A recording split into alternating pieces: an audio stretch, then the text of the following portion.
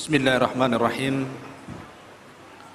Assalamualaikum warahmatullahi wabarakatuh.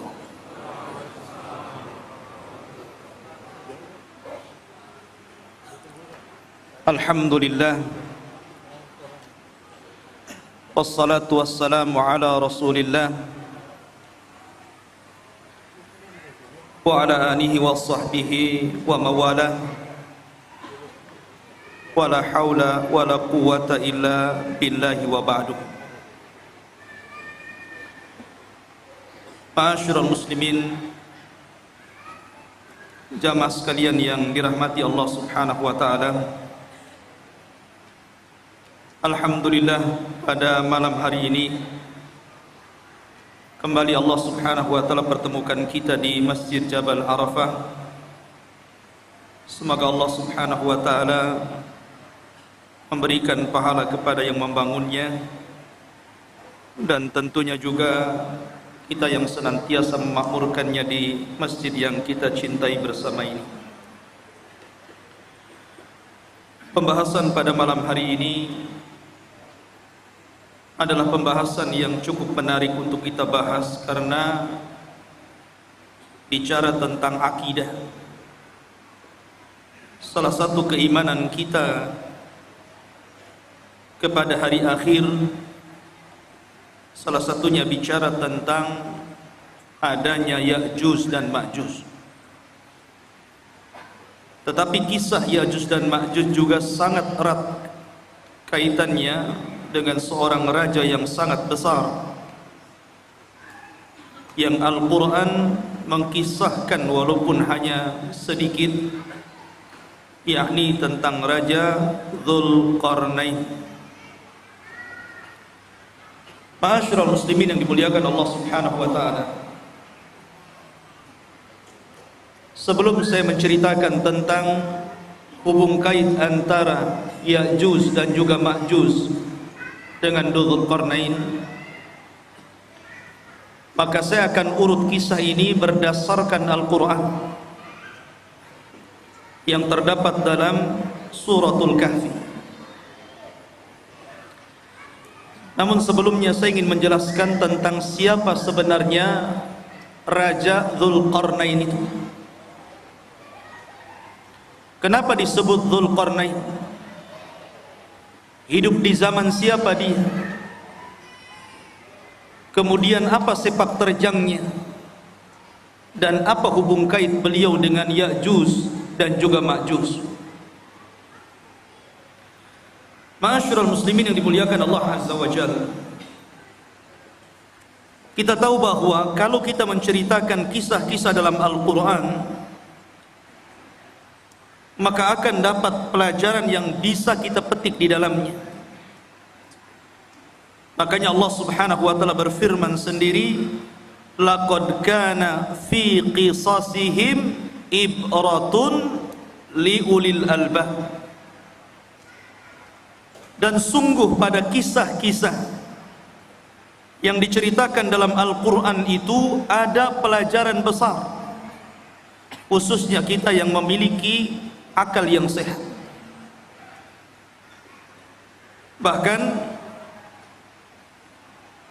salah satu faidah kenapa Allah Subhanahu wa taala banyak mengkisahkan kisah-kisah dalam Al-Quran, berdasarkan firman Allah Azza wa Jalla, wa kullan naqussu 'alaika min amba'ir rusul ma nuthabbitu bihi fuadah. Dan begitulah kami kisahkan kepadamu ya Muhammad tentang habar-habar para utusan, tidak lain dan bukan hanya untuk menetapkan dan memberikan ketenangan kepada hatimu.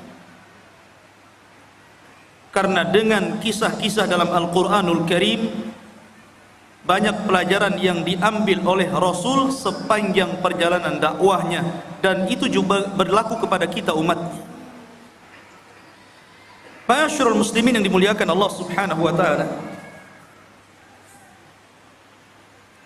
bicara tentang kisah Dzulqarnain dulu sebelum kita masuk kepada kisah Ya'juj dan Ma'juj. Kisah Dzulqarnain ini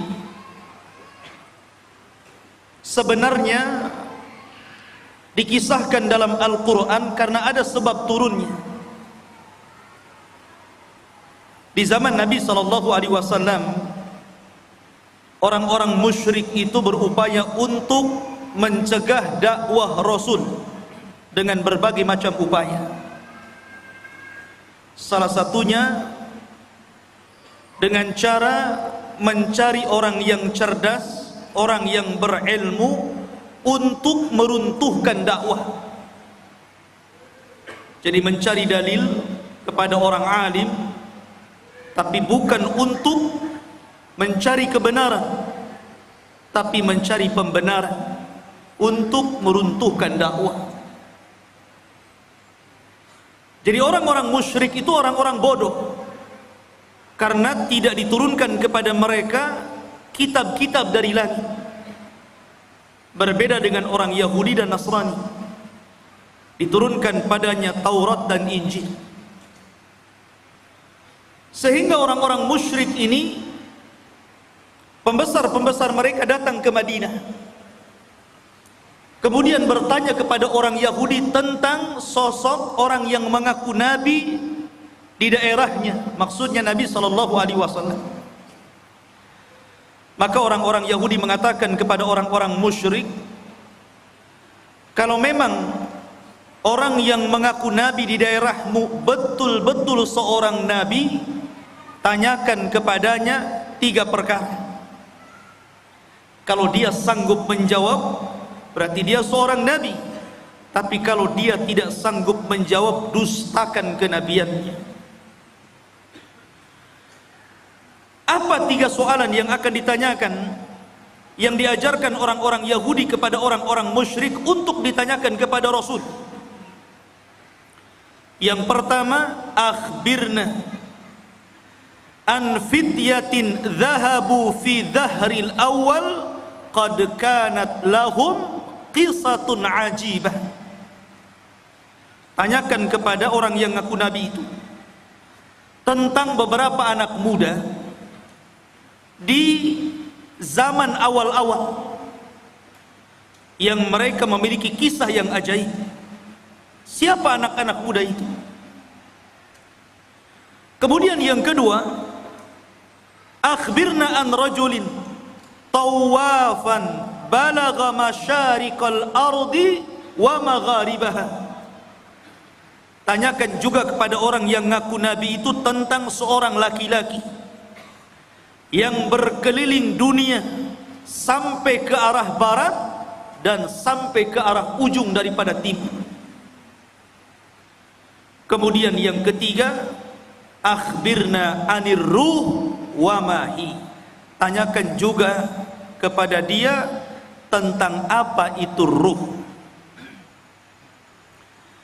Akhirnya orang-orang musyrik sudah mendapatkan apa yang mereka kehendaki untuk ditanyakan kepada Nabi SAW, bukan untuk mencari kebenaran. Tidak. Mereka hanya hendak menghalang-halangi dakwah Rasul saja supaya didustakan manusia. Akhirnya para pembesar Quraisy sesampainya di Mekah, mereka datang kepada Nabi SAW.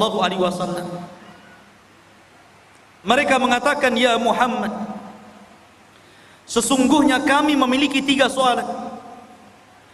Kalau engkau sanggup menjawab, maka engkau adalah seorang nabi, amanna bik, pasti kami akan beriman kepadamu. Tapi kalau engkau tidak sanggup menjawab, memang engkau ini nabi palsu, pendusta. Akhirnya Nabi SAW mengatakan, silahkan tanyakan saja. Maka kemudian orang-orang musyrik ini bertanya tentang 3 soalan tadi. Saking senangnya Nabi SAW, kalau seandainya Rasul bisa menjawab 3 soalan itu, mereka akan beriman. Nabi SAW menjanjikan dengan kata-katanya, sa'ukhbirukum ghadan, besok saya kabarkan jawabannya. Dan Nabi SAW lupa mengatakan insya Allah. Saking senangnya. Nabi SAW sampai tidak mengatakan insya Allah, hanya mengatakan baik, besok saya akan jawab pertanyaan. Rupanya gara-gara Nabi SAW tidak mengucapkan insya Allah, akhirnya Allah uji keesokan harinya tidak ada Jibril yang datang memberitahu jawabannya. 1 hari, 2 hari, 5 hari, 10 hari, sampai 15 hari, sehingga mulai orang-orang musyrik menganggap bahwa Nabi ini seorang pendusta, khianat, janji malah diingkari. Dari situlah Nabi SAW sesak dadanya. Akhirnya pada hari ke-15 malaikat Jibril turun dan menurunkan surah Al-Kahfi, dan ini sebagai jawabannya. Adapun anak-anak muda yang berada di zaman awal yang mereka terjerembab dalam gua, mereka adalah Ashabul Kahfi, yang Allah firmankan, am hasibta anna ashabal kahfi warraqim kanu min ayatina ajaba. Apakah engkau mengira bahwa anak-anak muda yang terjerembab dalam Al-Kahfi, gua yang dalam itu, warraqim, raqim itu papan yang ada nama-nama Ashabul Kahfi, itu disebut raqim, dan itu tertera di dinding depan gua Al-Kahfi itu. Dan mereka adalah tanda-tanda kebesaran kami yang luar biasa, yang ajaib. Adapun anak muda yang berkeliling dunia sampai mencapai ujung barat dan ujung timur, ujung selatan dan ujung utara, adalah Dzulqarnain, di mana Allah Subhanahu wa taala berfirman, yas'alunaka an dzil qarnaini qul sa'atlu alaikum minhu dzikra. Mereka bertanya-tanya kepadamu tentang siapa Dzulqarnain. Kata Allah, katakan ya Muhammad kepada mereka, saya akan cerita, saya akan bacakan kepada kalian sedikit dari cerita Dzulqarnain. Kata-kata minhu itu menunjukkan sedikit, karena memang Al-Quran tidak panjang lebar menceritakan Dzulqarnain, tidak sebagaimana cerita Ibrahim, cerita Nabi Musa dan yang lain, hanya cuplikan kecil. Tapi itu sudah menjawab pertanyaan orang-orang Quraisy. Adapun ruh, maka Allah katakan yas'alunaka anir ruh qulir ruhu min amri rabbi. Mereka bertanya tentang ruh, katakan ruh itu urusan Rabbmu. Karena ruh itu sampai hari ini walaupun teknologi sudah canggih, nggak ada yang bisa mendeteksi ruh itu seperti apa. Sehingga ruh itu urusan Allah Subhanahu wa taala. Dari sini ikhwatu fiddin dimuliakan Allah Azza wa Jalla, sebab cerita Dzulqarnain itu dari sebab turunnya ayat ini dari pertanyaan orang-orang Quraisy. Dan subhanallah ikhwan, gaya dakwah orang-orang Quraisy itu ditiru oleh sebagian orang-orang yang tidak suka dengan dakwah. Terkadang ada orang jahil, dia ingin menghancurkan dakwah. Caranya apa? Bertanya kepada orang alim, tetapi yang tidak sepakat dengan orang alim yang hendak dijatuhkannya. Dia hanya minta fatwa saja. Setelah dapat fatwa bukan diamalkan, tapi untuk menjatuhkan lawan. Makanya banyak orang-orang alim yang alimnya itu bukan untuk memperbaiki manusia, terkadang untuk memecah belah manusia. Dan mereka adalah ulama su', ulama-ulama yang jelek. Ma'asyiral muslimin yang dimuliakan Allah Azza wa Jalla, cerita tentang Dzulqarnain ini menjadi khilaf para ulama. Apakah dia seorang raja? Apakah dia malaikat? apakah dia seorang wali? Karena memang kisah Dzulqarnain ini kisah yang unik sekali. Bahkan Al-Imam Qatadah rahimahullahu ta'ala mengatakan bahwa di dunia ini tidak ada penguasa yang mampu menguasai sebagian besar dunia kecuali hanya 4 orang saja, yang 2 mukmin dan 2 kafir. Pertama, yang mukmin adalah Raja Sulaiman. Sulaiman menguasai sebagian besar dunia. Kemudian yang kedua, Dzulqarnain. Adapun yang kafir, yang pertama adalah Namrud, dan yang kedua Bukhtun Nasr. Ada yang mengatakan Al-Iskandar Al-Maqduni, tapi yang masyhur adalah Bukhtun Nasr. Dan keduanya kafir, baik Namrud ataupun Bukhtun Nasr yang menghancurkan Palestina itu. Lah salah satunya adalah Dzulqarnain. Dia penguasa yang berhasil menguasai barat dan timur, selatan dan utara, sehingga kemudian menjadi khilaf apakah dia seorang nabi, apakah dia seorang wali, ataukah dia malaikat. Ada yang mengatakan dia adalah malaikat, tetapi pendapat ini tentu sangat jauh sekali. Ada yang mengatakan dia seorang nabi berdasarkan zahir Al-Quran, karena dia diperintah Allah untuk menyampaikan wahyu Allah. Siapa yang beriman maka akan diperbaiki, siapa yang kufur maka akan disiksa dan diazab. Dan nanti saya akan jelaskan tentang rihlah beliau. Tapi pendapat yang masyhur, dan ini pendapat yang banyak dikuatkan para ulama, seperti Asy-Syaikh Ibnu Utsaimin rahimahullahu ta'ala, mengatakan bahwa dia adalah rajulun saleh, orang yang sangat soleh sekali, dan dia seorang raja dan penguasa dunia. Itulah Dzulqarnain. Lalu hidup di masa siapa Dzulqarnain ini? Ada yang mengatakan bahwa Dzulqarnain ini hidup di masa Nabi Khidir, bahwa Khidir pernah berjumpa dengan Dzulqarnain di Baitul Maqdis, kemudian diangkat menjadi menterinya, menjadi penasehatnya. Akhirnya Dzulqarnain pun keliling dunia bersama Khidir. Ada yang berpendapat seperti itu, tetapi pendapat ini dibantah oleh para ulama yang banyak.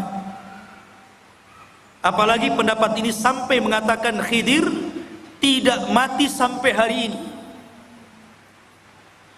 Kemudian yang kedua, dan ini yang dikuatkan para ulama, juga dikuatkan oleh Imam Ibnu Utsaimin rahimahullahu ta'ala, bahwa Dzulqarnain itu hidup di masa Nabiullah Khalilur Rahman Ibrahim alaihi salatu wassalam.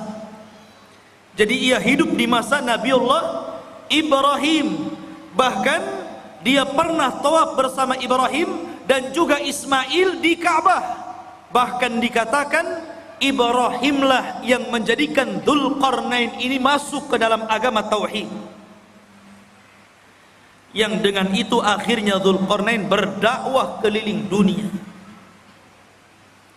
Ini salah satu pendapat Al-Imam Ibnu Utsaimin rahimahullahu ta'ala dalam fatwa Nur ala Darbi, di mana Ibnu Utsaimin mengatakan huwa malikun salihun kana ala ahdil khalil Ibrahim. Dia adalah raja yang saleh, hidup di masa Nabiullah Ibrahim alaihi salatu wassalam, wa yuqalu annahu tafa ma'ahu bil baiti fallahu a'lam. Bahkan dikatakan dia pernah tawaf bersama Ibrahim di Baitullah, Allahu a'lam. Itu perkataan dari Imam Ibnu Utsaimin rahimahullahu taala. Ma'asyiral muslimin yang dimuliakan Allah Azza wa Jalla. Baik, kenapa dia disebut Dzulqarnain? Dzu itu artinya pemilik. Qarnain itu dua tanduk. Kenapa disebut pemilik dua tanduk? Ada yang mengatakan bahwa kenapa raja tersebut digelari pemilik dua tanduk atau dalam bahasa Arabnya Dzulqarnain. Pendapat yang pertama, karena dia memakai mahkota dan dalam mahkotanya itu berbentuk dua tanduk. Jadi ada tanduk dalam mahkotanya dari kanan dan kiri dari tembaga. Ada yang mengatakan disebut Dzulqarnain karena dia pernah dipukul sebelah kanannya kemudian mati dan terluka. Kemudian Allah hidupkan kembali. Kemudian dipukul lagi oleh kaumnya, kemudian mati dan kemudian dihidupkan kembali. Ada yang berpendapat seperti itu, ya terima saja namanya pendapat. Makanya disebut Dzulqarnain. Ada yang mengatakan karena bentuk kepalanya seperti dua tanduk, ada tanduknya di kepalanya. Dan tentu ini ba'id, sangat jauh. Dan pendapat yang terakhir inilah yang banyak dikuatkan para ulama.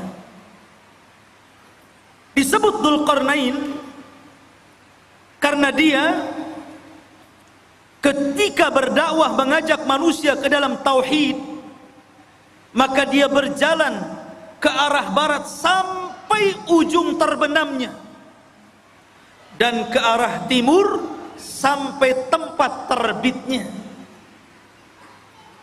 Dan tempat terbit serta tempat terbenamnya itu disebut qarnai syaitan, dua tanduk setan. Makanya Nabi SAW melarang jangan sholat ketika terbit matahari dan ketika terbenam matahari, karena ketika itu muncul dua tanduk syaitan. Maka ketika Dzulqarnain berdakwah sampai ujung barat, sampai terbenam matahari, bahkan sampai ujung timur, sampai terbitnya matahari, berarti dia melakukan kedua perjalanan, kedua tanduk syaitan, sehingga akhirnya dia digelari sebagai raja pemilik dua tanduk ataupun Dzulqarnain. Ini yang paling akrab mungkinnya, yang paling dekat berdasarkan nas Al-Quran, bagaimana perjalanan beliau ke ujung barat dan timur itu. Ma'asyiral muslimin yang dimuliakan Allah Azza wa Jalla, perjalanan Dzulqarnain ini adalah perjalanan yang luar biasa. Seorang raja yang seluruh kekayaannya, seluruh hidupnya hanya untuk mengajak manusia kepada tauhid. Makanya kalau kita cerita para raja, saya kira di negeri kita saja cerita para raja banyak ya. Ada Raja Majapahit, ada raja ini, raja itu. Di negeri kita paling banyak cerita raja itu. Kata Syekhul Islam Ibnu Taimiyah rahimahullahu ta'ala, sesungguhnya apabila kita cerita tentang Raja Dzulqarnain, sesungguhnya tidak ada kisah yang lebih indah, yang lebih baik melebihi kisahnya Raja Dzulqarnain, karena banyak ibrah dan pelajaran. Bahkan kisah Dzulqarnain ini sangat menginspirasi bagi dakwah Nabi SAW, karena turunnya cerita Dzulqarnain ini di saat sulit-sulitnya Nabi dalam berdakwah. Jadi ketika Nabi SAW mengalami keperitan dakwah, kesulitan dakwah, tiba-tiba Allah Subhanahu wa ta'ala turunkan ayat dan menceritakan tentang kisah Dzulqarnain, seolah-olah turunnya ayat ini memberikan solusi kepada Nabi SAW dalam dakwahnya. Bahkan disebutkan oleh Safiyur Rahman Al-Mubarakfuri dalam sirah nabinya, ada pelajaran besar. Kenapa kisah Dzulqarnain ini diturunkan kepada Nabi sallallahu alaihi wasallam di saat kesulitan Rasul dalam berdakwah? Apa hikmahnya? Beliau mengatakan, seolah-olah Allah Subhanahu wa taala menjanjikan kepada Rasul bahwa kelak kekuasaan Rasul sallallahu alaihi wasallam akan sama dengan kekuasaan Dzulqarnain. Ketika Dzulqarnain berkuasa sampai ujung barat dan timur, maka kelak juga apa yang dibawa Nabi sallallahu alaihi wasallam pun akan sampai kepada ujung barat dan timur. Makanya Nabi sallallahu alaihi wasallam mengatakan, innallaha zawaliyal ardu fara'aitu masyariqaha wa magharibaha. Sesungguhnya Allah lipatkan bumi, kata Nabi sallallahu alaihi wasallam kepadaku, sehingga aku melihat ujung barat dan ujung timur. Padahal Rasul tidak pernah seperti Dzulqarnain ke ujung barat dan timur, kan? Rasul tidak pernah ke Indonesia saja, nggak pernah. Ya. Tapi Nabi SAW diperlihatkan ujung barat dan timur, seolah-olah kekuasaan Nabi SAW akan sampai ke ujung barat dan ujung timur. Dan itu menjadi sebuah kenyataan. Islam hari ini berada di mana-mana. Di daratan Eropa, Afrika, Asia, semua ada Islam. Ma'asyiral muslimin yang dimuliakan Allah Azza wa Jalla. Itulah hikmahnya tentang kisah ini diturunkan kepada Nabi sallallahu alaihi wa ala alihi wasallam. Adapun tentang nasab beliau, nasabnya Dzulqarnain ini. Siapa Dzulqarnain ini? Siapa namanya? Keturunan siapa dia? Ada yang mengatakan bahwa Dzulqarnain ini satu di antara raja-raja Yaman. Artinya dia bukan raja di luar daripada Arab, tapi Dzulqarnain itu raja Arab karena berasal dari Yaman. Karena rata-rata raja Yaman itu kalau menggelari rajanya selalu diawali dengan kalimat Dzu, seperti Dzu Nuwas yang pernah menguasai Himyar Yaman. Ya. Maka raja-raja yang diawali dengan kalimat Dzu berarti menunjukkan raja itu adalah raja Yaman, dan dia keturunan dari kabilah Qahtan, dan kabilah Qahtan itu keturunan daripada Nabiullah Daud alaihi salatu wassalam. Dan ini pendapat yang kuat, karena banyak orang-orang yang kemudian meneliti, membaca, berusaha untuk menggali siapa Dzulqarnain itu, sehingga kemudian muncul katanya Dzulqarnain itu adalah seorang raja yang pernah hidup di Cina, dan tembok yang dibangun untuk mengurung Ya'juj dan Ma'juj itu ya tembok Cina itu. Ada yang berpendapat seperti itu, sehingga kemudian orang-orang mengatakan Ya'juj dan Ma'juj itu orang Cina karena temboknya di sana. Ya. Satu. Ada yang mengatakan bahwa Dzulqarnain itu satu raja yang pernah menguasai Persia.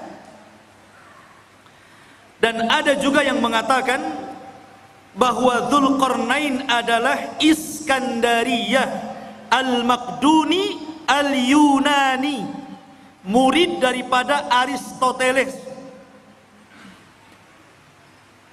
seorang pencetus filsafat Yunani. Dan ini ada ulama yang mengatakan seperti ini, dan ini banyak sekali yang mengatakan bahwa Dzulqarnain itu adalah Iskandariyah Al-Maqduni Al-Yunan yang pernah menguasai Cina, menguasai India, kemudian juga pernah menguasai Persia dan Romawi. Jadi kekuasaannya besar Iskandariyah Yunan ini, Al-Maqduni ini. Tapi pendapat ini dibantah para ulama. Salah satunya adalah Al-Hafidh Ibnu Hajar rahimahullahu ta'ala membantah. Kenapa? Karena jarak antara munculnya Raja Dzulqarnain dengan Iskandariyah Al-Maqduni Al-Yunan ini jauh sekali. Iskandariyah ini datang setelahnya 2000 tahun. Karena dia hidup di zaman yang dekat dengan Isa bin Maryam. Dan dia adalah murid daripada Aristoteles. Yang kedua bantahannya, Al-Iskandariyah Al-Maqduni atau Al-Yunan ini, dia seorang kafir. Tetapi Dzulqarnain adalah raja yang beriman, bukan raja kafir. Yang ketiga, Dzulqarnain orang Arab. Adapun Iskandariyah Al-Maqduni Al-Yunan bukan orang Arab, tapi orang Mesir. Dan inilah yang kemudian dikuatkan oleh Al-Hafidh Ibnu Hajar, Al-Hafidh Ibnu Katsir, dan juga Al-Imam Ibnu Taimiyah rahimahullahu ta'ala membantah pendapat bahwa Dzulqarnain itu adalah Raja Iskandariyah Al-Maqduni Al-Yunan, karena itu hidup di zaman mendekati Isa bin Maryam. Sementara pendapat yang kuat sebagaimana dikemukakan oleh Al-Imam Ibnu Utsaimin bahwa Dzulqarnain itu hidup di masa Ibrahim. Enggak ketemu. Dari sini Dzulqarnain, Raja Iskandariyah lah. Tidak ada hubung kait antara Iskandariyah dengan Dzulqarnain. Ada sebuah asar dari turjumanul Quran Abdullah bin Abbas radhiyallahu an, walaupun asar ini fihi nazar, ada pandangan para ulama bahwa usia dakwah daripada Dzulqarnain itu 500 tahun. 500 am, 500 tahun dia berdakwah. Dan wajar, karena usia zaman dulu kan panjang-panjang, lain dengan usia umat sekarang. Pakai di zaman itu pernah ada seorang wanita menangisi anaknya yang meninggal. Dia menangis di kuburan karena meninggal anaknya. Saking sayangnya kepada anaknya, dia menangis di kuburan. Akhirnya dikatakan kepada ibu tersebut, "Kenapa Anda menangis wahai ibu?"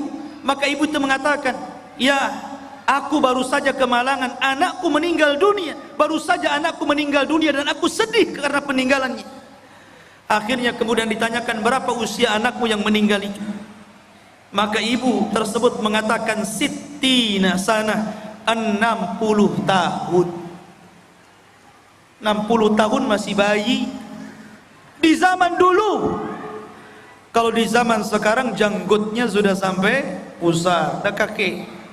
60 tahun dah mau mati. Ya kan? Akhirnya orang ini mengatakan, "Jangan sedih wahai ibu, karena kelak akan datang sebuah umat yang usianya itu baina sittuna was sab'in, baina sittina was sab'in, antara 60 sampai 70 tahun saja, dan itu usia kita umat Islam." Maka sang ibu tersebut sontak saja kaget dan merasa heran dan mengatakan, "Lau a'tanillahu umrahum, kalau Allah berikan umur mereka yang 60 tahun kepadaku, aku akan jadikan 60 tahun itu untuk sekali sujud kepada Allah Subhanahu wa ta'ala." Lihat, ya usia dulu panjang-panjang, sehingga wajar kalau Dzulqarnain juga keliling dunia sampai 500 tahun, berarti usianya di atas itu kan. Ini satu cerita, namanya asarnya fihi nazar, ya bisa benar bisa salah, karena ada penelitian tentang riwayat. Karena dalam Al-Quran sendiri tidak disebutkan secara detail, ya, karena boleh jadi karena tidak ada manfaat penyebutannya. Akhirnya Al-Quran hanya menyebutkan hal-hal yang penting yang bisa dijadikan ibrah dan pelajaran bagi pembacanya. Taib. Itu sedikit muqaddimah tentang siapa Dzulqarnain itu. Di dalam Al-Qur'anul Karim, tepatnya surah Al-Kahfi, ayat yang ke-83. Ayat yang ke-83 Allah katakan, Yas'alunaka an dzil qarnaini. Mereka bertanya-tanya kepadamu ya Muhammad tentang siapa Dzulqarnain itu. Qul sa'atlu alaikum minhu dzikra. Katakan ya Muhammad, saya akan bacakan kepada kalian minhu, dari sedikit kisahnya saja. Dzikra, penyebutannya tidak banyak, hanya sedikit. Dan begitulah Allah Subhanahu wa taala. Terkadang Allah Subhanahu wa taala menyebutkan kisah-kisah para nabi. Ada yang panjang lebar, dari kecil, remaja, dewasa sampai tua dijelaskan. Seperti Ibrahim alaihi salatu wassalam, seperti Nabiullah Musa alaihi salatu wassalam, diceritakan dari kecil sampai tua. Ada yang diceritakan secara global saja. Salah satunya adalah kisah Dzulqarnain, hanya cuplikan saja. Tapi ada nabi-nabi yang kita kenal namanya, termasuk salah satu nabi daripada nabi-nabi 25 nabi dan rasul yang disebutkan nama dalam Al-Quran. 18 namanya terdapat dalam surah Al-An'am, dan lebihnya tersebar dalam beberapa surat, sehingga sempurna 25 nama nabi dan rasul. Itu pun tidak semua diceritakan. Seperti Dzulkifli, tidak ada ceritanya, hanya namanya saja disebut. Yasa, ada mana namanya disebut, tapi tidak ada ceritanya dalam Al-Quran, baik sedikit ataupun banyak. Dari sini menunjukkan bahwa Allah berfirman, Allah mengatakan, rusulan qad qasasnahum alaika min qablu wa rusulan lam naqsushum alaika wa kallamallahu Musa taklima. Dan ada rasul-rasul yang kami ceritakan kisahnya, tapi ada juga rasul-rasul yang kami tidak ceritakan kisahnya. Tapi kita wajib beriman adanya para rasul dan nabi itu. Ma'asyiral muslimin yang dimuliakan Allah Azza wa Jalla. Kemudian Allah mengatakan, Inna makkanna lahu fil ardi wa atainahu min kulli syai'in sababa. Inna, sesungguhnya, makanna, sesungguhnya kami, makanna lahu, sesungguhnya kami telah memberikan kekuasaan lahu, kepada siapa? Dzulqarnain. Makan itu artinya kekuatan, kekuasaan, kehebatan untuk menjadi raja. Apa sebabnya? Sebabnya wa atainahu min kulli syai'in sababa. Dan kami telah memberikan kepada Dzulqarnain ini jalan untuk mencapai segala sesuatu yang dikehendakinya. Jadi kalau Sulaiman ingin membangun sesuatu, dia sudah punya para arsiteknya.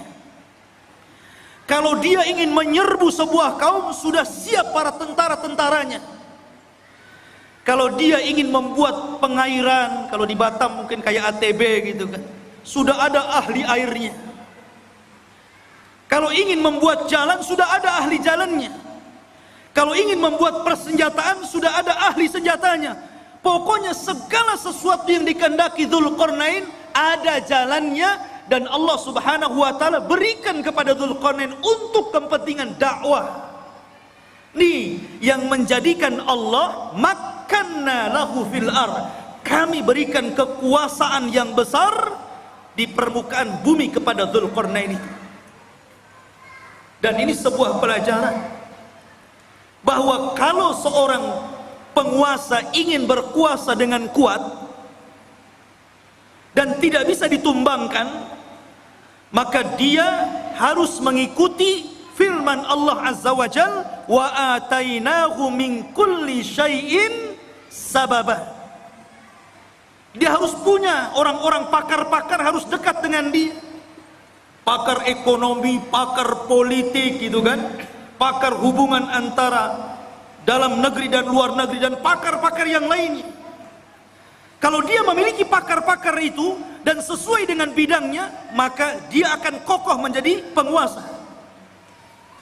Tapi kalau dia kemudian mencomot menteri asal saja, yang penting bapak senang umpamanya ya, atau mengambil orang-orang dekat yang penting mendukung dia, nah itu tidak akan inna makkanna lahu fil ardh.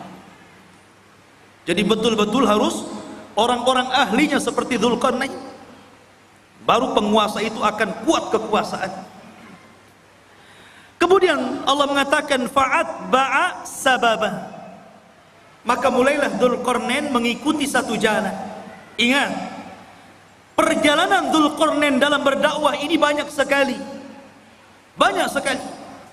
Tapi Al-Quran hanya menceritakan 3 perjalanan dakwahnya saja, karena ini yang paling vital, yang paling penting, dan banyak pelajaran yang kita bisa petik, khususnya bagi Anda para penguasa. Karena ini seorang raja. Kalau Anda ingin menjadi penguasa negara, hendaklah pelajari kisah Dzulqarnain. Karena ini contoh bagi para raja. Sebagaimana pernyataan Imam Syekhul Islam Ibnu Taimiyah rahimahullahu taala, tidak ada kisah yang terbaik para raja melebihi kisahnya Dzulqarnain. Perhatikan perjalanan pertama. Allah mengatakan, hatta idza balagha maghribasy syamsi wajadaha taghrubu fi ainin hamiyatin wa wajada indaha qauman qulna ya dzal qarnain imma an tu'adziba wa imma an tattakhidha fihim husna fa amma qala amma man zalam fa sawfa nu'adzibuhu thumma yuraddu ila rabbih fayu'adzibuhu adzaban nuqra. Perhatikan ini perjalanan pertama Raja Dzulqarnain. Hingga apabila dia telah sampai ke tempat terbenam matahari. Ketika dia sampai ke mana? Ainin. Ain itu maksudnya lautan. Hamiyatin maksudnya yang bentuknya seperti lumpur hitam. Jadi beliau mengarah ke arah barat karena terbenam matahari di situ. Terbenam matahari di mana? Di barat. Pertama kali perjalanan Dzulqarnain ke mana? Ke arah barat. Dia berjalan ke arah barat. Dan di sini Allah mengatakan ainin hamiyah, maksudnya lautan yang menghitam seperti lumpur hitam. Karena begini ikhwan, matahari itu awalnya putih, kemudian semakin mengarah ke barat menjadi kuning, kemudian semakin tenggelam menjadi merah, kemudian ketika tenggelam menjadi hitam karena muncul malam. Itulah disebut ainin hamiyah. Dan disitulah ujung daripada barat, karena sudah tidak ada jalan lain, sudah ujungnya, selebihnya nggak ada tanah lagi, lautan semuanya. Lah Dzulqarnain sampai di ujung barat. Disitulah Dzulqarnain, ikhwan, ini Dzulqarnain itu berjalan ke sana kemari hanya untuk memperbaiki. Dan ini percontohan penguasa, percontohan presiden, percontohan seorang raja. Walaupun Dzulqarnain itu sudah kaya raya, kaya harta, kaya jabatan, kaya pasukan, buat apa lagi? Sudahlah, duduk-duduk saja, kan begitu. Sekarang saja seperti itu, baru menjabat maaf, baru sekelas wali kota atau bupati saja gitu kan. Kadang-kadang kalau safar kemana-mana tidur saja. Udah sampai, sudah. Dia nggak tahu jalannya bolong, ada polisi tidurnya, jalannya rusak tuh nggak tahu dia. Harusnya jangan tidur, lihat, wah ini jalan perlu diperbaiki, ini jalan nggak bagus nih. Kemudian melewati desa-desa, ini kayaknya ada ketertinggalan, harus dimajukan nih. Harusnya seperti itu. Ya. Lah Dzulqarnain ini, dia kalau masuk ke sebuah desa dan desa itu ada ketertinggalan, dimajukan. Apa yang kalian butuhkan? Kalian butuh kedokteran? Kami letakkan di para dokter, ajarkan mereka kesehatan. Kalian perlu untuk pembangunan, nih saya letakkan arsitek, ajari mereka bagaimana cara membangun rumah dan gedung. Jadi sifatnya seperti itu. Dzulqarnain ini hanya memperbaiki. Kalau sudah baik tempat tersebut, daerah tersebut, diletakkan orang-orangnya, kemudian dia jalan lagi sampai akhirnya, sampai di ujung barat ketemu sebuah kaum yang tidak punya agama, kaum yang zalim, dan tidak ada kezaliman yang paling besar melainkan kesyirikan. Kaum yang sangat pendosa, melakukan keharaman, pencuri, pembunuh. Lah Dzulqarnain ini mendapatkan kaum di arah barat seperti itu. Makanya Allah mengatakan di dalam ayat ini, ya Dzulqarnaini, wahai Dzulqarnain, wahai Raja Dzulqarnain, imma an tu'adzib wa imma an tattakhidha fihim husna. Terserah engkau. Apakah engkau mau menghukum orang-orang jahat ini, orang-orang zalim ini, orang-orang yang tidak beriman ini, ataukah engkau ingin berbuat baik kepada mereka? Terserah. Maka Dzulqarnain mengatakan, amma man zalam, adapun orang yang zalim, adapun orang yang menyekutukan Allah, yang suka membunuh, yang suka mencuri, yang suka melakukan keharaman, fasawfa nu'adzibuhu, kami akan azab dia, kami akan hukum dia, thumma yuraddu ila rabbih, setelah itu kami serahkan kepada Rabbnya, fayu'adzibuhu adzaban nuqra, kelak Rabbnya akan mengadab, boleh jadi lebih dahsyat dibandingkan adabku kepada mereka. Tetapi sebaliknya, wa amma man amana wa amila salihan falahu jazaan al-husna wa sanaqulu lahu min amrina yusra.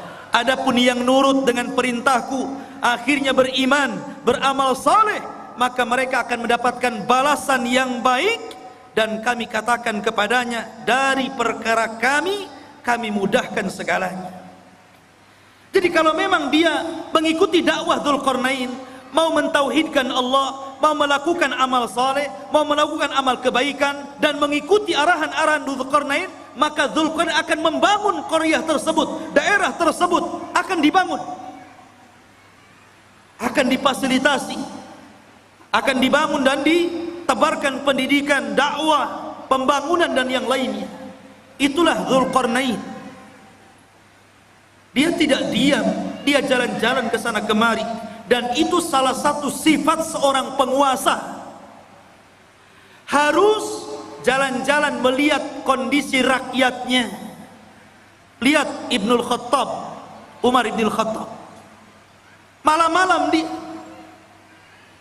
malam-malam keliling melihat rakyatnya, sehingga pelajaran, karena dia suka jalan malam melihat-lihat rakyatnya, baik yang senang ataupun yang susah, banyak melahirkan undang-undang, kebijakan-kebijakan, peraturan-peraturan yang kemudian sangat bermanfaat untuk rakyatnya, hanya karena jalan-jalan terinspirasi akhirnya. Ya, seperti itu. Dan Umar kalau jalan-jalan melihat rakyatnya tidak bawa wartawan, tidak diliput. Besoknya keluar Umar jalan-jalan menyambangi kaum muslimin yang ada di sini, bagi-bagi sembako. Nggak ada. Umar tidak masuk media. Lain dengan penguasa sekarang ya. Masuk parit saja ada wartawannya. Masyarul muslimin yang dimuliakan Allah Subhanahu wa taala. Begitulah seorang raja jalan ke sana kemari. Inilah yang pertama perjalanan siapa? Dzulqarnain ke arah barat. Baru kemudian Allah mengatakan, summa atba'a sababa. Baru kemudian Dzulqarnain berjalan ke arah lain. Ke arah mana? Allah mengatakan, hatta idza balagha matli asy-syamsi sampai ketika Dzulqarnain sampai di arah terbitnya matahari. Kalau tadi terbenam kan, matahari kan terbenam itu dari atas bawah sampai terbenam, seolah-olah matahari masuk ke dalam laut. Tidak. Matahari itu tidak mengelilingi bumi. Bukan berarti dia masuk arah laut kemudian mengelilingi bumi sampai muncul di arah timur. Tidak. Sebagaimana pelajaran yang ma'ruf antum pelajari di sekolah-sekolah, matahari tidak mengelilingi bumi. Matahari itu menghadap Allah, sujud kepada Allah. Hampir-hampir dia tidak diizinkan untuk terbit dari arah timur, dan hampir-hampir terbit dari arah barat. Dan kalau sudah demikian, maka kiamat telah dekat. Lah Dzulqarnain sampai di ujung matahari terbit, akhirnya artinya arah timur, karena terbitnya matahari itu di timur. Disitulah kata Allah berfirman, wajadaha tatlu ala qaumin lam naj'al lahum min duniha sitra. Subhanallah. Maka kemudian ketika dia menempuh jalan, dia mendapatkan sebuah kaum, sekelompok umat yang kami tidak menjadikan bagi mereka sesuatu yang melindunginya dari cahaya matahari. Umat yang sangat terbelakang, nggak punya rumah, nggak berpakaian.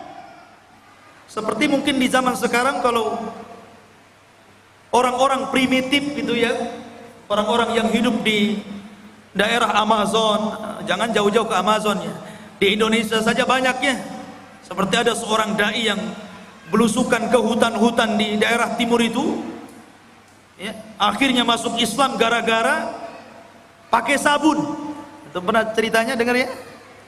Masuk Islam gara-gara sabun. Gak pakai baju. Lah Dzulqarnain ketemu umat yang seperti itu nggak pakai baju, mungkin hanya pakai koteka saja gitu ya.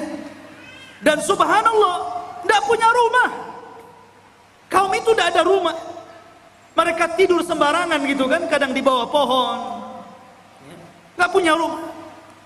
Bukan berarti tidak bisa membangun rumah, belum sampai ilmu kepada mereka bahwa mereka itu perlu rumah dan bagaimana cara membangunnya, nggak tahu itu masalahnya. Dan mereka juga tidak pakai baju, tidak pakai celana, auratnya tampak.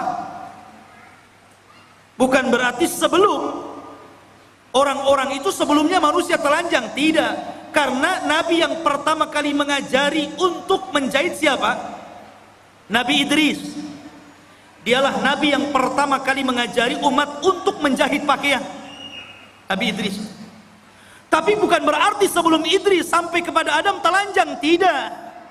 Pakai baju juga, cuman mereka bajunya ditempel-tempel, ditali-tali gitu saja, tidak dijahit. Lah di zaman Idris itulah mulai ada jahitan, mulai dijahit sininya, dijahit sananya, sampai hari ini berbagai macam ragam, sampai muncul tailor-tailor kan gitu. Tapi yang pertama kali menjahit siapa? Idris. Lah di zaman Dzulqarnain ini ada kaum dari arah timur itu nggak pakai apa-apa, auratnya nampak, nggak punya rumah, kasihan.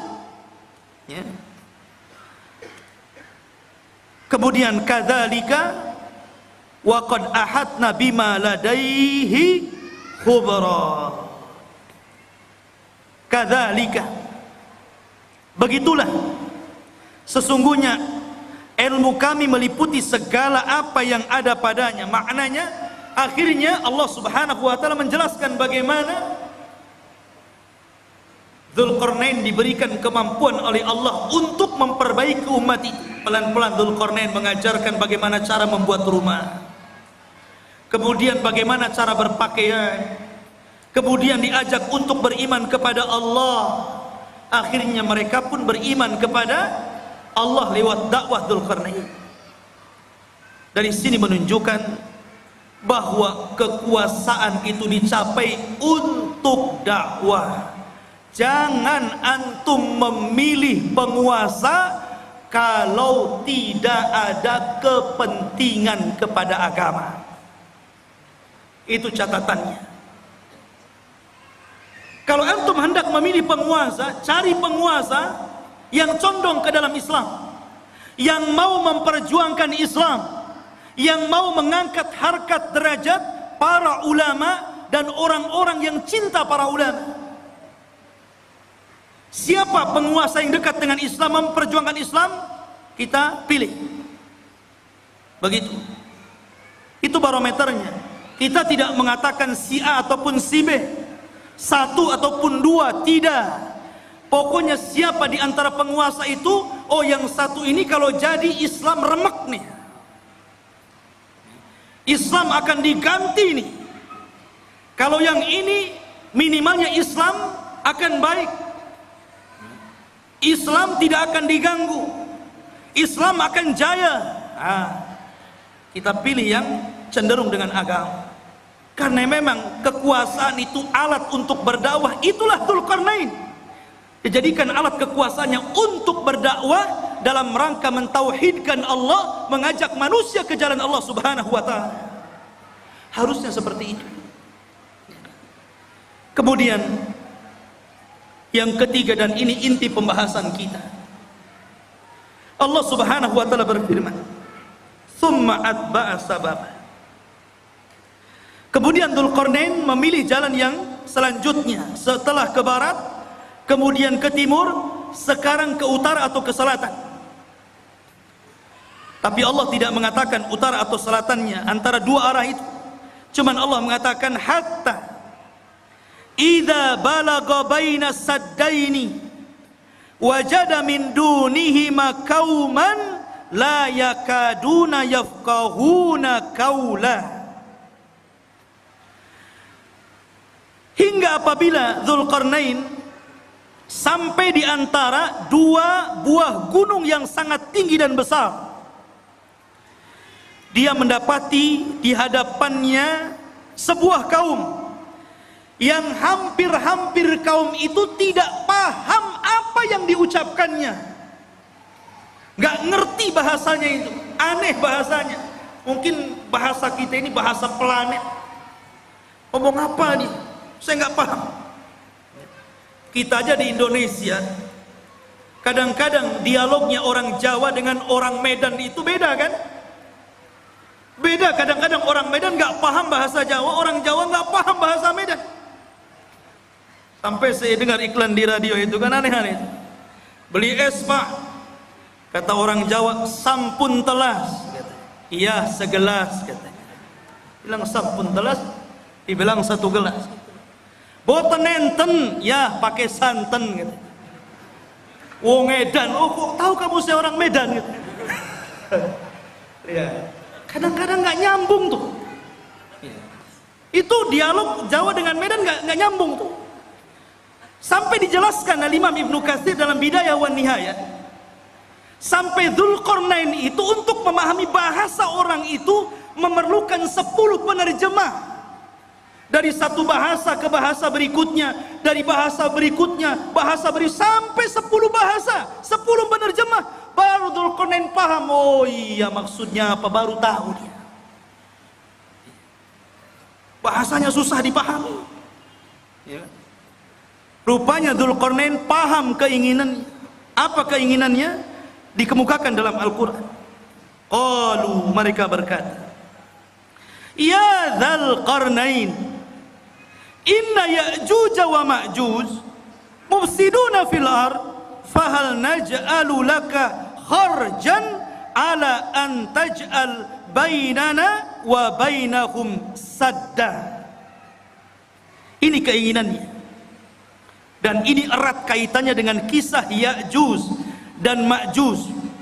Dan inilah kisah Dzulqarnain yang ada hubungannya dengan kita kaum muslimin.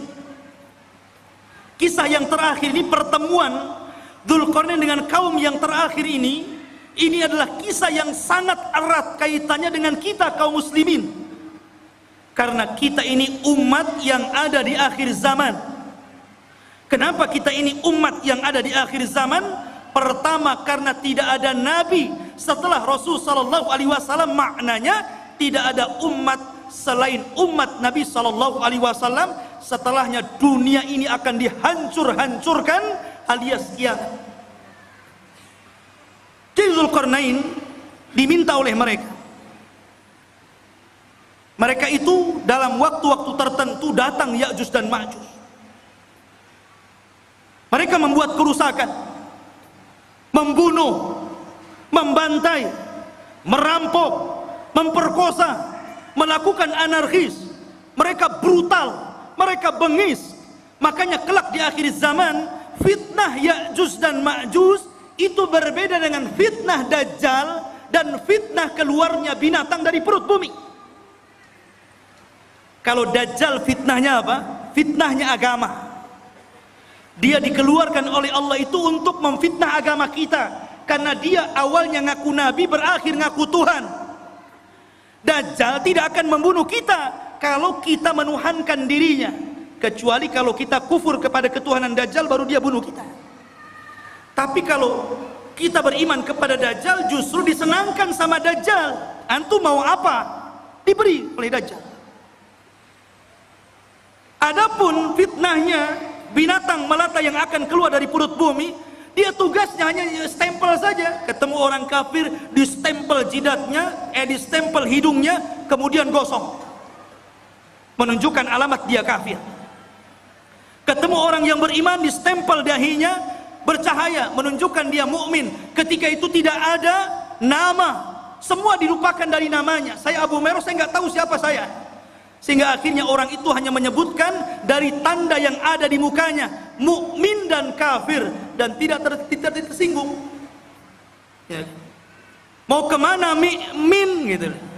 Oh, mau ke sawah fir. Itu saja. Gak tersinggung. Kalau sekarang dikafir-kafirkan orang tersinggung. Enak saja kau kafir-kafirkan saya. Tapi zaman itu tidak. Lah fitnahnya Ya'juj dan Ma'juj itu beda. Ini brutal ini. Dia hanya taunya merusak bumi saja, membunuh dan membunuh. Bahkan di akhir zaman bukan hanya membunuh, tapi memakai bangkai orang yang dibunuhnya, kanibal. Jadi dahsyat fitnahnya ini. Makanya kaum ini sangat merengek kepada Dzulqarnain, minta tolong agar Dzulqarnain memisahkan mereka dengan Ya'juj dan Ma'juj ini. Makanya dia mengatakan, ya Dzulqarnain, wahai Dzulqarnain, inna Ya'juj wa Ma'juj, sesungguhnya Ya'juj dan Ma'juj itu mufsiduna fil ard, dia merusak bumi. Kata para ulama mentafsirkan ketika memaknai apa yang dimaksud merusak di situ, ada yang mengatakan yang dimaksud merusak di situ adalah sebagaimana yang dikatakan Wahab ibn Munabbih, bahwa mereka yaf'aluna amala qaumi Lut. Pertama, mereka itu kaum yang homoseksual. Ini kata-kata Wahab ibn Munabbih. Jadi kalau sekarang ada orang yang terjangkit penyakit homoseksual, berarti pengikut Ya'juj dan Ma'juj. Itu menurut Wahab ibn Munabbih. Ingat tuh, jangan sekali-kali mendukung LGBT. Itu perilakunya Ya'juj Ma'juj itu. Tapi jangan antum katakan, tuh lihat Ya'juj Ma'juj tuh. Tengok orang banci, hati-hati ada Ya'juj Ma'juj. Boleh. Ini menjelaskan bahwa kerusakan dalam ayat Al-Kahfi tadi, menurut Wahab ibn Munabbih, mereka merusak bumi, artinya mereka melakukan amalan kaum Lut. Dan ini tentu sangat jauh penafsiran seperti ini.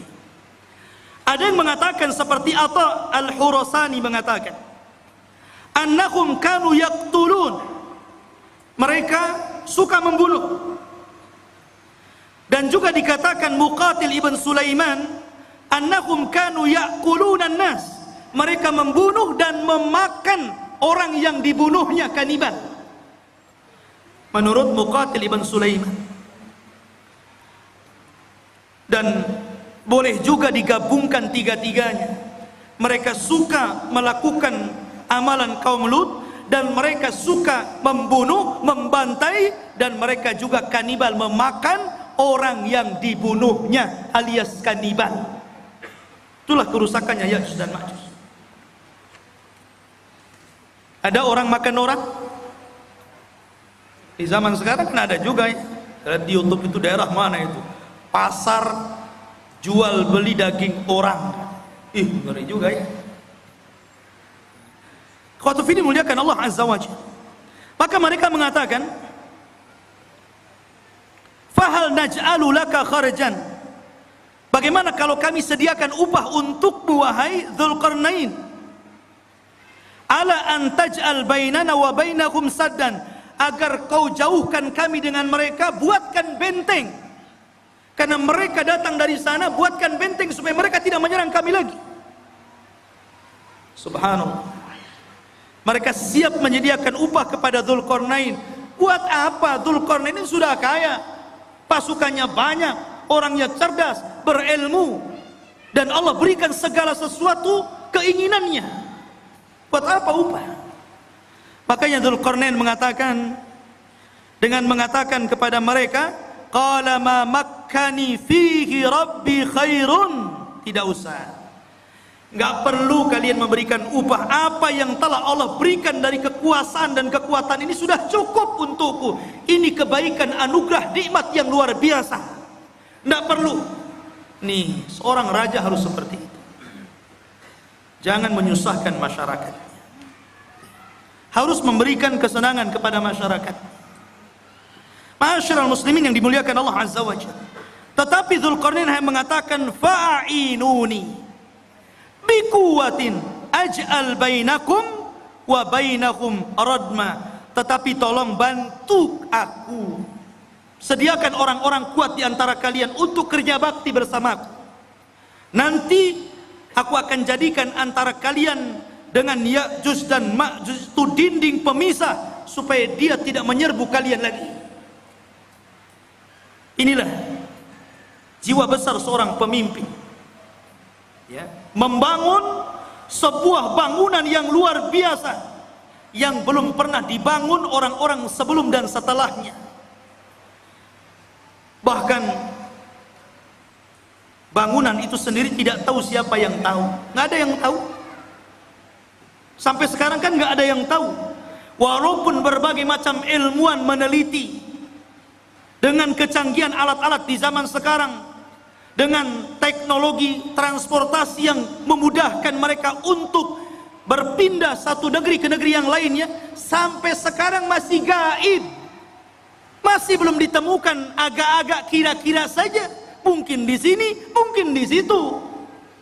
Sampai-sampai Imam Ibnu Katsir meriwayatkan sebuah kisah Raja Abbasiyah, di mana Raja Abbasiyah itu mereka mengirimkan pasukan untuk mencari di mana bentengnya yang dibangun Dzulqarnain ketika mengurung Ya'juj dan Ma'juj. Mengirim delegasi itu, dan dikatakan oleh Raja Al-Wathiq ketika itu sebagai penguasanya, sebelum kau ketemu benteng itu jangan pulang.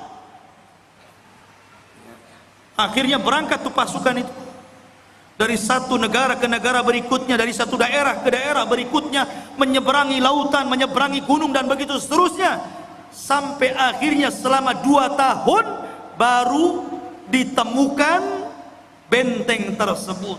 Tapi Ibnu Katsir sendiri tidak menyebutkan sanad riwayatnya, sehingga tidak bisa dijadikan pegangan kisah ini. Allahu a'lam ada di mana. Yang jelas sudah ada, ya. Walaupun sebagian para ulama seperti Lajnah Daimah dan juga Syekh bin Baz rahimahullahu taala, ketika ditanya tentang di mana sebenarnya benteng yang dibangun Dzulqarnain itu, yang mengurung padanya Ya'juj dan Ma'juj dan akan keluar di akhir zaman,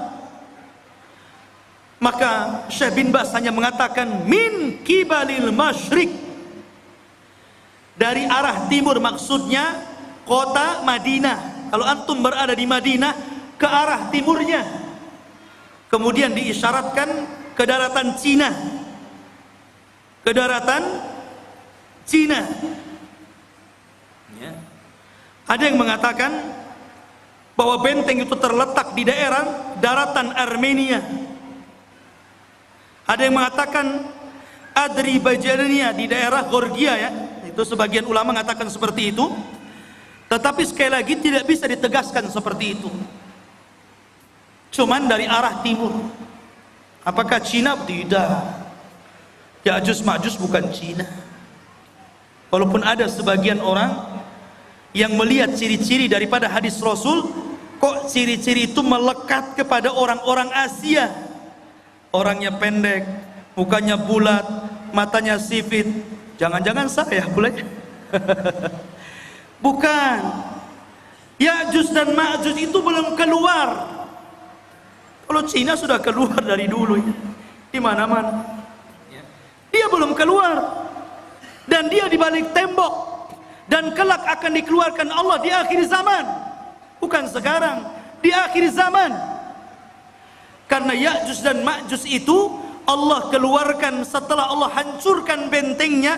Itu ketika setelah Isa bin Maryam turun, itu pun pasca terbunuhnya Dajjal. Dajjal dibunuh dulu, baru setelah itu selang beberapa waktu Isa dan kaum muslimin diuji lagi oleh Allah, tiba-tiba runtuh daripada apa yang sudah dibangun Dzulqarnain, sadnya ini, bendungannya ini, bentengnya ini.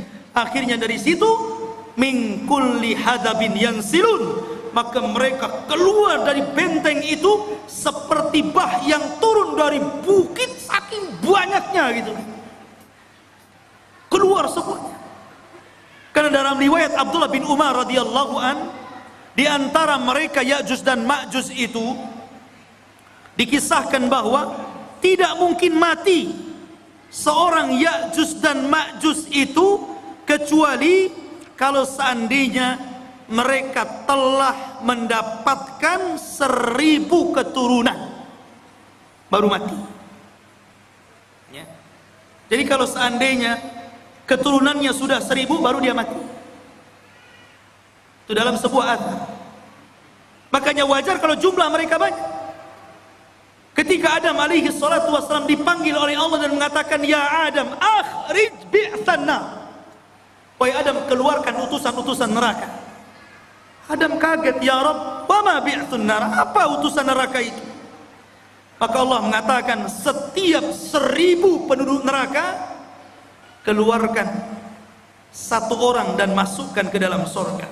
Artinya 999 masuk neraka dan 1 masuk surga. Ketika itu Allah mengatakan kepada Adam, 1 dari kalian dan 999 dari Ya'juj dan Ma'juj. Jadi jumlah mereka banyak. Jadi kalau antum mau perang dengan Ya'juj dan Ma'juj itu, 1 dari antum dikeroyok dengan 999 Ya'juj dan Ma'juj. Kira-kira menang atau keok tuh? Antum 10 orang saja mati antum. Apalagi 999 lawan 1 kan gitu. Lain kalau antum lawannya pakai rudal. Kalau tangan kosong nggak mungkin antum. Tapi di zaman itu nggak ada rudal, nggak ada nuklir. Semua kembali kepada peralatan manual, pedang, panah, tombak, kuda, unta, sehingga susah melawan mereka. Dan itulah apa yang disabdakan Rasul, akan muncul sebuah kaum yang tidak bisa engkau perangi. Makanya wahai Isa, selamatkan kamu dan selamatkan sebagian dari yang selamat dari kaum muslimin, bersembunyilah di bukit Tur. Akhirnya Isa pun menyembunyikan diri dan kaum muslimin di bukit Tur. Dzulqarnain ini akhirnya membuat benteng yang sangat kokoh sekali. Kemudian sifat bentengnya dijelaskan. Atuni zubural hadid hatta idza sawa baina as-sadafaini qala anfuhu hatta idza ja'alahu naran qala atuni ufrig alaihi qitra. Maka Dzulqarnain berkata,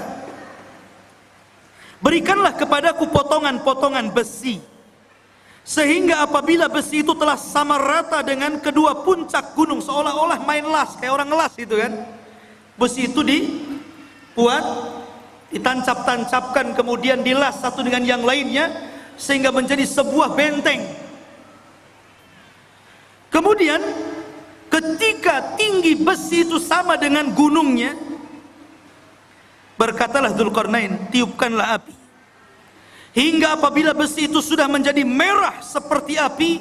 Dia pun berkata, berikanlah kepadaku tembaga yang mendidih, agar kutuangkan ke atas besi panas tersebut. Kokoh sekali.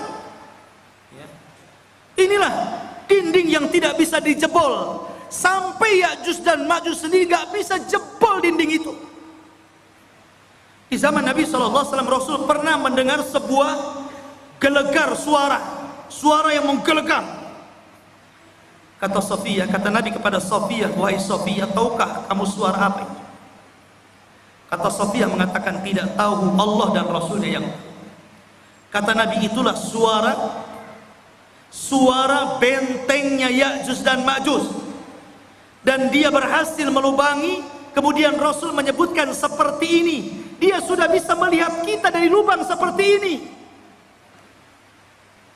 Jadi Ya'juj dan Ma'juj itu sudah bisa melubangi seperti ini, kata Rasul, ngeker dari dalam. Nah, ini Abu Fulan, ini Abu Fulan, ya. Dikeker. Dan subhanallah, karena kokohnya benteng itu, Ya'juj Ma'juj itu setiap hari melubangi untuk keluar dari situ.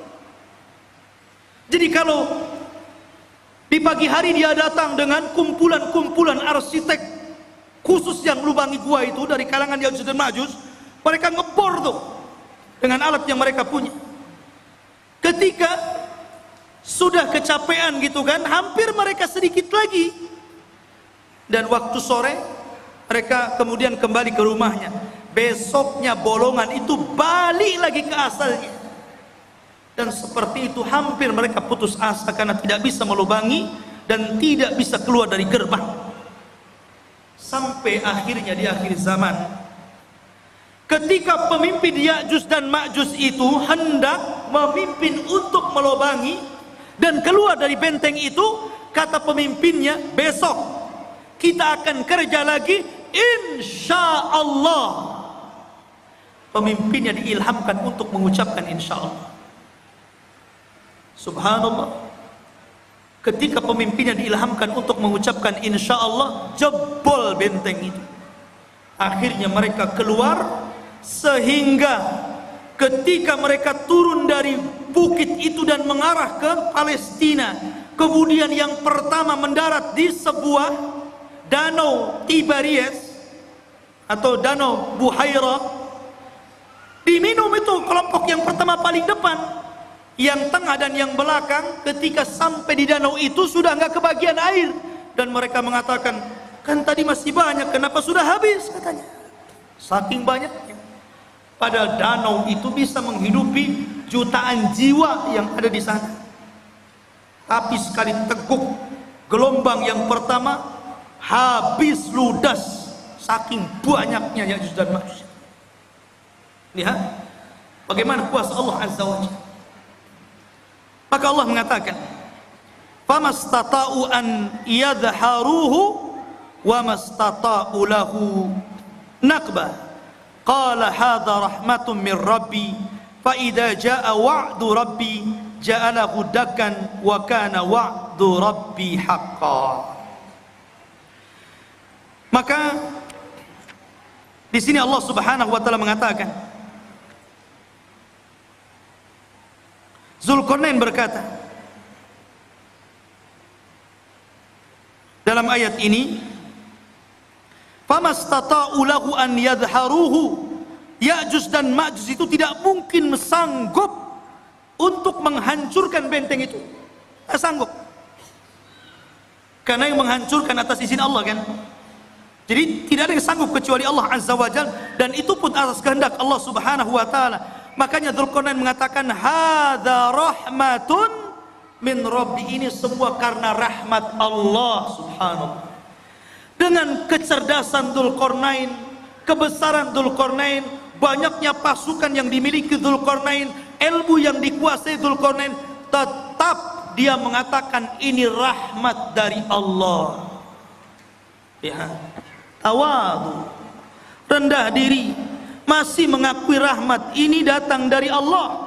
Jangan seperti Qarun yang mengatakan innama utitu min ilmin indi, kekayaan ini datang dari ilmu yang saya miliki, katanya. Jangan seperti Qarun. Dzulqarnain tetap mengatakan ini rahmat dari Allah subhanahu wa ta'ala. Ma'asyiral muslimin yang dimuliakan Allah azza wa jalla, itulah kilasan daripada cerita Dzulqarnain. Sedikit kita cerita tentang Ya'juj dan Ma'juj.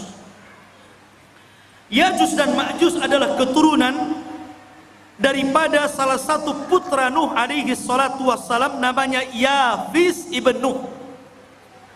Nuh memiliki 4 putra, Ham, Syam, Yafis, Kanaan. Tapi Kanaan kafir dan tidak masuk ke perahu, akhirnya mati diterjang ombak dan tufan. Sehingga yang selamat adalah Ham, Syam dan Yafis. Dari keturunan Syam inilah lahir para nabi dan rasul. Dari keturunan Ham ini lahirlah orang-orang yang berkulit hitam. Dan dari keturunan Yafis inilah lahir bangsa Asia, salah satunya kabilah Ya'juj dan Ma'juj. Salah satu dari keturunan kabilah Yafis adalah Ya'juj dan Ma'juj, dan semuanya masuk neraka. Tidak ada yang masuk surga. Ya, karena mereka diciptakan untuk membuat fitnah, sama dengan Dajjal. Ya, ma'asyiral muslimin yang dimuliakan Allah azza wa jalla, kalau kita tahu bahwa Ya'juj dan Ma'juj adalah keturunan Yafis ibn Nuh, dari sini maka kita katakan Ya'juj dan Ma'juj itu manusia, bukan binatang, apalagi tumbuh-tumbuhan. Dia manusia dan bukan jin. Karena sebagian para ulama mengatakan, sebagaimana dinukilkan oleh sebagian para ulama, seperti dikatakan Ka'ab al-Akhbar. Ka'ab al-Akhbar ini seorang ulama yang masuk Islam di zaman Umar ibn al-Khattab. Kunyahnya Abu Ishaq, dan dia banyak menukilkan ilmu ahli kitab, dan dia banyak diterima riwayatnya. Ada beberapa riwayat yang ditolak karena Israiliyat. Salah satu kisah Israiliyatnya, Ka'ab al-Akhbar mengatakan bahwa Ya'juj dan Ma'juj itu terdiri dari 3 golongan. Kelompok yang pertama tingginya seperti Syajaratul Aruz. Syajaratul Aruz, pohon aruz ini pohon yang sangat tinggi, seperti pohon mangga yang ada di Lubnan. Jadi Ya'juj dan Ma'juj itu raksasa karena tinggi, seperti pohon aruz katanya, yang ada di Lubnan, ma'ruf, setinggi pohon kelapa gitu. Jadi kalau muncul sekali nginjak kayak gempa, blok blok blok gitu. Itu satu golongan. Yang kedua, ada dari Ya'juj dan Ma'juj itu kelompok yang beda. Dia memiliki tingginya 4 hasta dan lebarnya 4 hasta. 1 hasta itu setengah meter. Kalau 4 hasta berarti 2 meter. Tingginya 2 meter, lebar badannya 2 meter. Kotak. Ya kan? Tinggi 2 meter, badan 2 meter, 4 persegi namanya. Ya. Sepompong. Kemudian yang ketiga, katanya dia adalah makhluk yang memiliki 2 telinga yang lebar. 1 telinganya untuk mencari mangsa, dan 1 telinganya untuk selimut badannya ketika tidur. Saking lebar telinganya itu. Semana itu bentuknya. Ini satu pendapat dari Ka'ab al-Akhbar. Ada juga pendapat dari Abdullah bin Abbas radhiyallahu an mengatakan, Ya'juj dan Ma'juj itu bukan besar, tapi dia orang kerdil. Ada satu kelompok itu tingginya cuma 1 jengkal, ada yang 2 jengkal, paling tinggi 3 jengkal. Segini, tinggal ditendang saja.